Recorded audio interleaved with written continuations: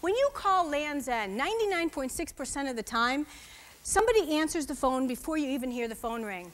Now, because we were able to do those kinds of things, 97% of the time, your order is shipped, all orders, within 24 hours. Because we were able to hardwire in reliability, we were then able to do things that differentiated the experience for customers. For example, when we started the kids business, one of the things that we wanted to do was reach our hand out of the box and say to our customers, we are so grateful that you trust us to buy overalls for your little child, to buy their first bathing suit, to buy their shoes, that we want you to know that we're parents too.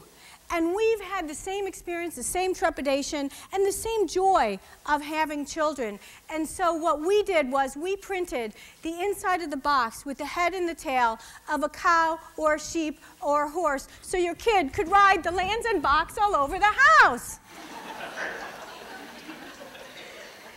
Now, there is no focus group on the planet that would have told us, oh yeah, I'd like you to print the head and tail of an animal on your shipping boxes. But what we did was, because we started from a place of emotional connection, we started from a place of people having the same common values, these farm people. And you know, who doesn't remember playing with a box? Who hasn't ridden in a refrigerator box somewhere in their lifetime?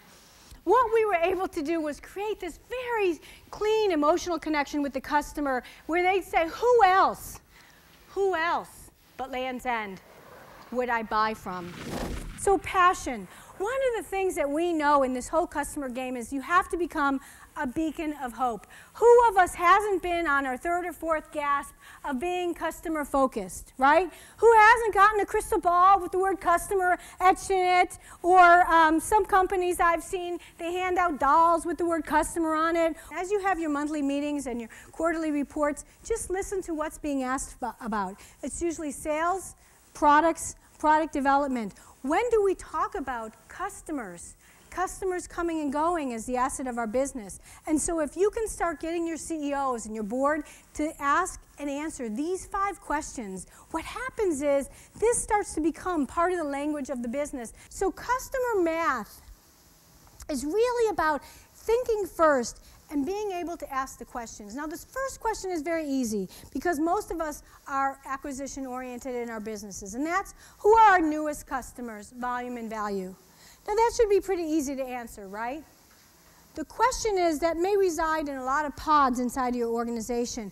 In the same breath, though, what you need to ask is, who are our lost customers? Volume and value. And the reason for that is, until you do this customer math, and you also call 100 or so customers who left every month, it's not going to be taken personally. Because the customer information, what happens in our organizations is we desensitize ourselves to the fact that these are living, breathing people. If your most profitable customers aren't recommending you at the same rate quarter after quarter, you should go back out and ask them why. Every question that's asked by your CEO and board should have the question why as a follow-up. And the reason for this is so that we get passionate about this. Because what happens with the customer work is it's another report in a meeting versus the real passion of the business. Let's say your wife wants you to buy her a pair of shoes and you're nervous already because you just don't want to buy shoes for your wife. So you call Zappos and the person there says, you know, we don't have that shoe in the size. We have it, but not in the size. But this website has it. Why don't you go buy it there? What has just happened? They are your hero. You will go back to Zappos. Zappos does something that companies don't regularly do, and that is they trust you, the customer, and they trust the front line. They believe in the front line to do the right thing.